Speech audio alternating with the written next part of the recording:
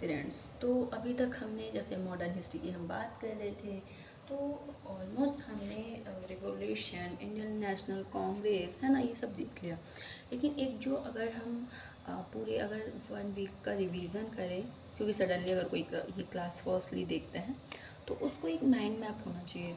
तो जैसा कि मॉडर्न हिस्ट्री जो हमारी स्टार्ट होती है वो कहीं ना कहीं हमारे यूरोपियन कंट्रीज़ जो एंटर करते हैं इंडिया में, है ना, हमारे प्यारे भारत में, वो यहाँ से स्टार्ट होती है। ठीक है, हम यहीं से इसकी बात करते हैं कि कैसे यूरोपियंस है ना, डच, पुर्तगीज़, डच, फ्रांसिस, जो पुर्तगीज़ फर्स्ट थे वास्को डी गामा, कालीकट में एंटर किए, है ना।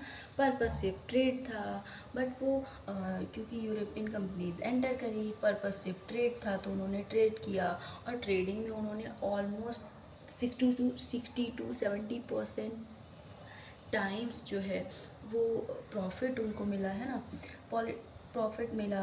बट अब धीरे धीरे इनका जो माइंडसेट था वो कॉलोनियल चेंज होने लगा, तो उन्होंने पॉलिटिकली इंटरेस्ट लेने लगे। वो हमारे जो किंग्स थे उनको बिट्रेट करना, उनको मिसअंडरस्टैंडिंग क्रिएट करना, a one state to other, sorry state नहीं, प्रांत, सॉरी, है ना। ऐसे उन्होंने स्टार्ट किया, धीरे धीरे उन्होंने इंटरफेयर स्टार्ट कर दिया। पहले तो उन्होंने लड़ाया जैसे कि घरों पे होती है, फिर इंटरफेयर, वो जो मिसअंडरस्टैंडिंग उन्होंने स्टार्ट करी है, जो उन्होंने एक बीज बोया है ना, अब उसको क्या है, उसको एक्सपांड करने का टाइम, उनके अकॉर्डिंग वो एक्सपांड करने का टाइम आता है।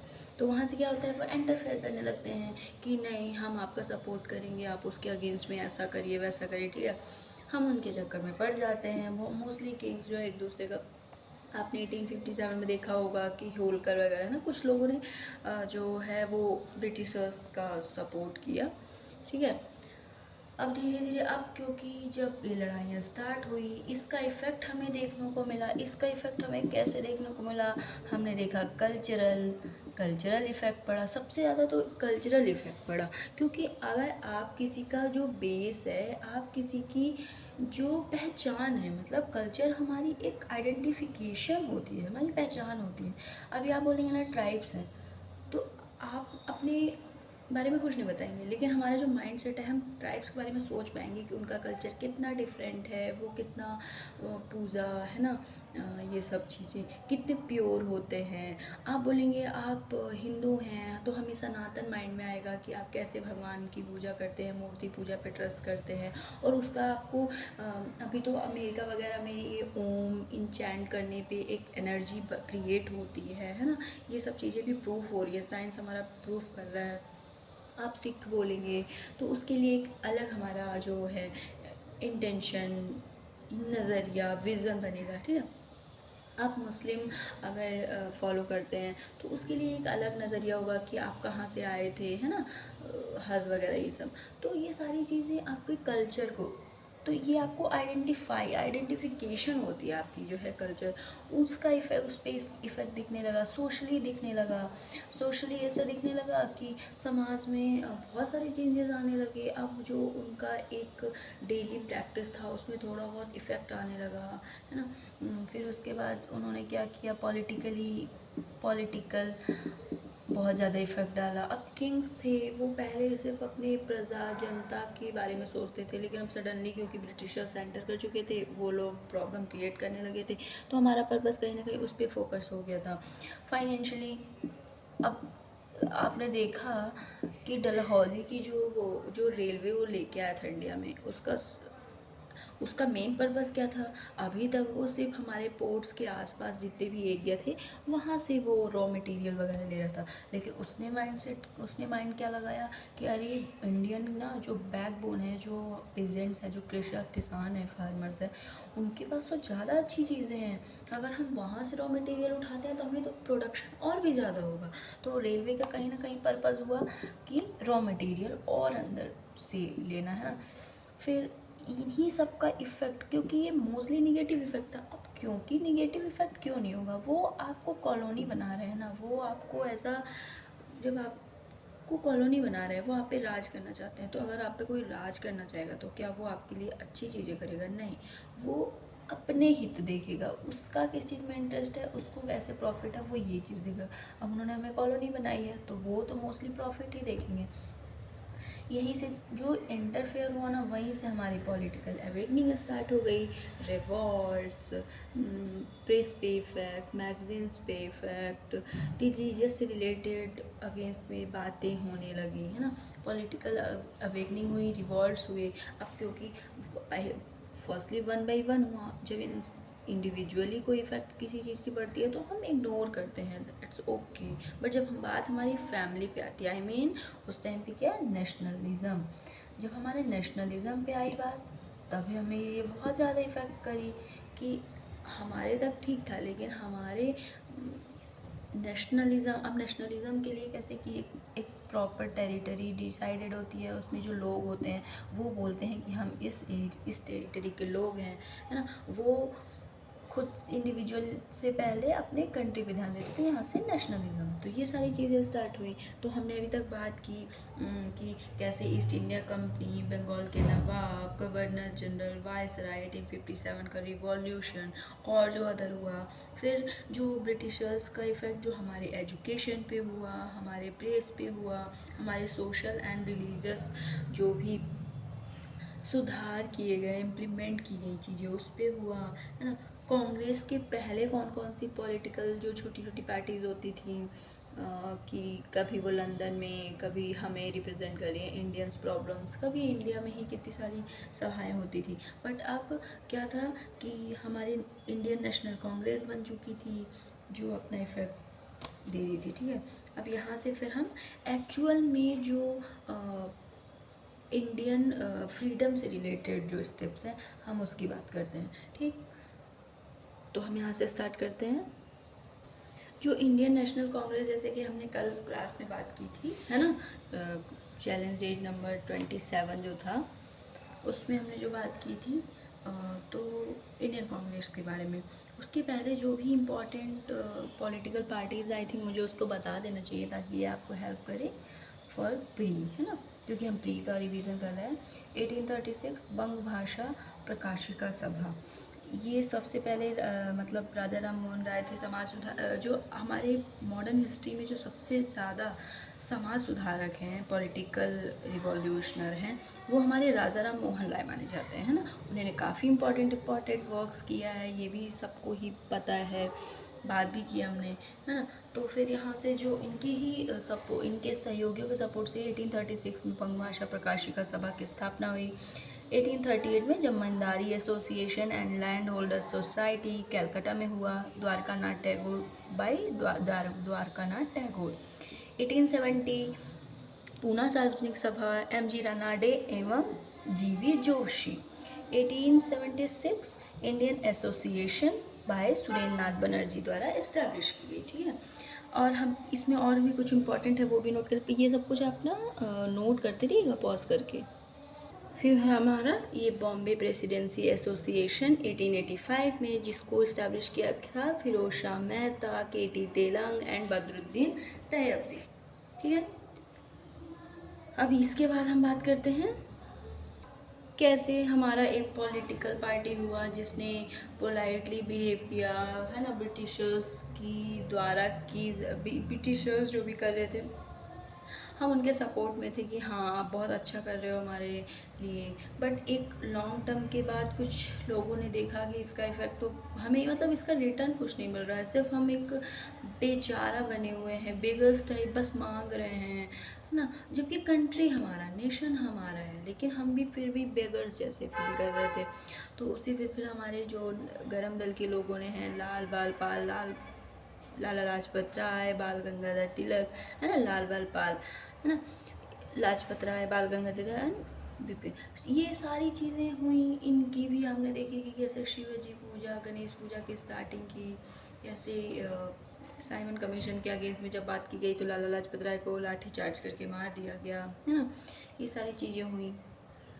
यहीं से हमारे यूथ जो थे उन्होंने बहुत इंटरेस्ट लिया, यहाँ से उन्होंने कुछ करने का, जैसे चंद्रशेखर आज़ाद, भगत सिंह, है ना, वी डी सावरकर, ऐसे लोग मतलब ऐसे लोग आगे आए। इन्होंने भी रिवोल्यूशनर तरीके से, इन्होंने भी क्रांतिकारी टाइप की चीज़ें की, वो बेगर्स टाइप नहीं कि बस आप हमें दे दीजिए, आप हमें दे दीजिए, है ना। वो वो दे दीजिएगा ना कहीं वो एहसान होता है। मतलब आप ही की कंट्री, आप ही की चीज़ें, और आप ही बिगेस्ट टाइप फील कर रहे हो। मतलब आपको ये फील कराया जा रहा है कि हम दे रहे हैं। हमारे कुछ क्रांतिकारी आंदोलन, है ना। 1899 में मित्र मेला जो कि बीडी सावरकर ने इस्टेब्लिश किया। 1908 में अलीपुर षड्यंत्र मामला था, जिसमें ना अरविंद घोष और बरिंद्र नाथ घोष ने अवैध हथियार रखे थे। उस टाइम ब्रिटिशर्स का रूल आपने देख ही रखा था। वो सॉरी, मैगजीन्स पे, प्रेस पे, हर चीज़ पे कंट्रोल करते थे ना। वो हर चीज़ पे कंट्रोल करते थे। तो उनका ये भी था कि हम इनको जब एक्सप्लॉइट करेंगे बहुत ज़्यादा, तो कहीं ऐसा ना हो कि ये हमारे अगेंस्ट में हो जाए। तो उन्होंने ऑलमोस्ट ना, आप ये सब भी नहीं रख सकते थे, जो भी गन वगैरह, लेकिन उन्होंने अवैध तरीके से रखा। इसमें 17 लोगों को उस टाइम पे पनिशमेंट हुई, जिसमें से अरविंद घोष को रिहा कर दिया गया। मतलब इन्हें जेल से निकाल लिया गया, और वो रीज़न था क्योंकि चित्तरंजन दास ने इनका पूरा सपोर्ट किया था और उनको जेल से निकलवा लिया था। फिर 1924 जो है हिंदुस्तान रिपब्लिकन एसोसिएशन, ये कानपुर में एक समिट हुई जिसमें ये ग्रुप बना था। इसके जो फाउंडर थे वो थे सचिंद्र सान्याल, राम प्रसाद बिस्मिल, चंद्रशेखर आज़ाद एंड योगेश चंद्र चटर्जी। 9 अगस्त 1925 को काकोरी कांड हुआ, जो ये काकोरी कांड था, इसमें ट्रेन को जो है लूटा गया था। मतलब काकोरी जो है लखनऊ सहारनपुर के एरिया में आता है। डकैती की गई थी। यह घटना काकोरी नाम से जानी जाती है। इसमें लगभग 29 रिवॉल्यूशनर्स, क्रांतिकारी जो है पकड़े गए थे, जिसमें हमारे थे राम प्रसाद बिस्मिल, अशफाक उल्ला खान, रोशन लाल, राजेंद्र लाहिड़ी एंड चंद्रशेखर जो थे वहाँ से वो भाग गए थे। इन 29 में से चंद्रशेखर आज़ाद ऐसे थे जो यहाँ से भाग चुके थे, है ना। 1931 में जो है अल्फ्रेड में पार्क में पुलिस मुठभेड़ में मारे गए थे चंद्रशेखर आज़ाद। अशफाक उल्ला खान जो है वो फर्स्ट रिकॉर्डेड मुस्लिम थे जिनको फांसी लगाई गई थी, जो कि काकोरी कांड के दौरान 1927 में इनको जो है फांसी लगाई गई थी, हैंग किया गया था। 1928 Chandrashekhar Azad Hindustan socialist republican association, HSRA, ये आपने MCQ में देखा होगा, प्रीवियस ईयर क्वेश्चन पेपर में, UPSC UPPCA सभी में बहुत इंपॉर्टेंट है ये क्वेश्चन। फिर जो है हमारी स्टोरी स्टार्ट होती है 1928 में, जो कि भगत सिंह, चंद्रशेखर आज़ाद एंड राजगुरु ने पुलिस सैंडर्स की हत्या की थी। क्यों की थी? जब हमारे लाला लाजपत राय को लाठी चार्ज करके मार दिया गया था, तो उस टाइम सैंडर्स ही वहाँ का मेन हेड था। 1929 को भगत सिंह बटुकेश्वर दास ने केंद्रीय असेंबली में बम फेंका था, क्योंकि ऐसे ऐसे एक्ट्स रूल्स पास फॉलो कर रहे थे। 1931 में भगत सिंह, राजगुरु और सुखदेव को फांसी दे दी गई थी। और बंगाल में सूर्य सेन ने इंडियन रिपब्लिकन आर्मी की स्थापना इस्टेब्लिश किया था। फाउंडर थे सूर्य सेन। लाहौर षड्यंत्र केस, जतिन दास जेल गए थे। उन्होंने 64 दिन की भूख हड़ताल की थी, उसको इंग्लिश में हंगर स्ट्राइक बोलते हैं। ये भूख हड़ताल की थी, जिसकी वजह से इनकी भी जेल में ही मृत्यु हो गई थी, है ना। और फिर क्या बोलते हैं, 1929 को उनकी डेथ हो गई थी। और ये था हमारे एक और कि 1939 में फॉरवर्ड ब्लॉक, जो कि बहुत फेमस है, जो कि जिसके फाउंडर कौन है? सुभाष चंद्र बोस। सब कुछ आपने नोट कर लिया ना, सब कुछ पॉज करके नोट भी करते जाइएगा, बहुत इंपॉर्टेंट है प्री पर्पज से। अब ये तो थे हमारे इंटरनल रिवॉर्ड्स, जो भी क्रांतिकारी एक्शंस चल रहे थे इंटरनल बेस पे। अब हम एक्सटर्नल की बात करेंगे कि इंडिया के बाहर टेरिटरी में, मतलब इंडिया से रिलेटेड क्या क्या रिवॉल्ट्स या क्रांतिकारी इफेक्ट पड़ रहे हैं, चल रहे हैं, है ना। टेरिटरी में भी जो भी इंडिया रिलेटेड काम चल रहे थे, उसमें जो था कि 1905 का लंदन में जो थी श्याम जी कृष्ण वर्मा के through Indian home rule societies establish की गई। 1913 में गदर पार्टी US से कनाडा में, हेडक्वार्टर जो था सैन फ्रांसिस्को, है ना। गदर पार्टी में तो काफ़ी सारे लोग थे, जैसे रामचंद्र, बरकतुल्ला, रास बिहारी बोस, राजा महेंद्र प्रताप, अब्दुल रहमान, मैडम जी भीकाजी कामा। मैडम जी भीकाजी कामा जो वही हैं जिन्होंने फर्स्ट टाइम भारतीय इंडियन झंडे को जो है लहराया था स्टुटगार्ड में, है ना। स्टुटगार्ड में एक सम्मेलन चल रहा था 1907 में। फिर 1913 Hindustan association of Pacific coast, Sohan Singh Bhakna, है ना। इंग्लैंड में मदन लाल ढींगरा और उधम सिंह को फांसी दी गई थी इंडिया के सपोर्ट करने पे, क्योंकि वो इंडियन रिवॉल्यूशन से रिलेटेड थे, तो इनको वहाँ पे भी पनिशमेंट जो दी गई थी वो फांसी दी गई थी। और फिर जो है इंडियन इंडिपेंडेंस लीग जो है वो रास बिहारी बोस ने इस्टेब्लिश की थी, इसके फाउंडर थे, ठीक है।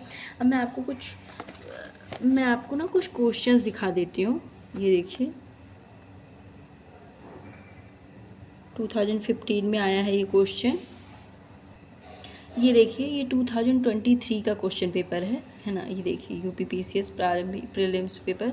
ये देखिए मैं क्यों आपको डेट, प्लेस, ईयर बताती हूँ। ये देखिए क्वेश्चन देख रहे हैं, ये सब कुछ आप अभी बताऊंगी फैक्चुअल बेस पे, मतलब बहुत ज़्यादा इंपॉर्टेंट है। कॉन्सेप्ट तो आपका क्लियर होना ही चाहिए, बट फैक्ट बहुत इंपॉर्टेंट है। आप एलिमिनेशन बेस पे ना बहुत सारे क्वेश्चन सॉल्व कर सकते हैं। ये देखिए, ठीक है।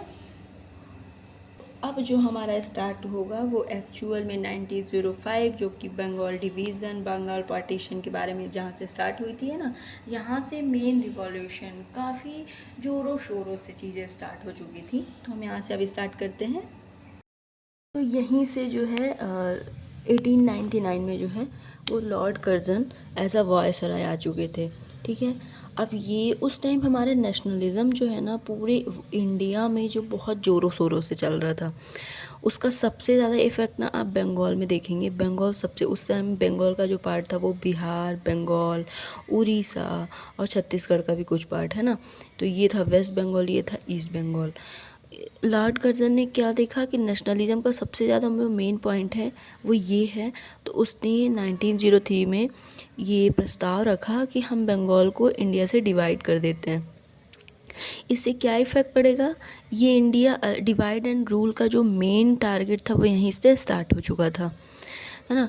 तो 20 जुलाई 1905 को बंगाल विभाजन का निर्णय हुआ। अब निर्णय जैसे हुआ तो यहाँ के लोग बहुत ज़्यादा एक्टिव हो गए। इन्होंने सोचा कि जो बंगाल है अगर अलग हो गया तो हमारा जो नेशनलिज़म है, जो हम ब्रिटिशर्स को दूर करना चाहते हैं, उस वो पावर बहुत वीक पड़ जाएगी। तो यहीं से क्या हुआ कि हमने स्वदेशी मूवमेंट को चलाया, है ना। स्वदेशी को चलाया, स्वदेशी आंदोलन को और ज़्यादा सपोर्ट किया। तिलक जो है वो बॉम्बे और पुणे में इफ़ेक्टिव थे हमारे नेशनलिज़म के लिए, और अजीत सिंह जो है वो पंजाब में थे। हमने यहाँ से बॉयकट कर दिया ब्रिटिश गुड्स को।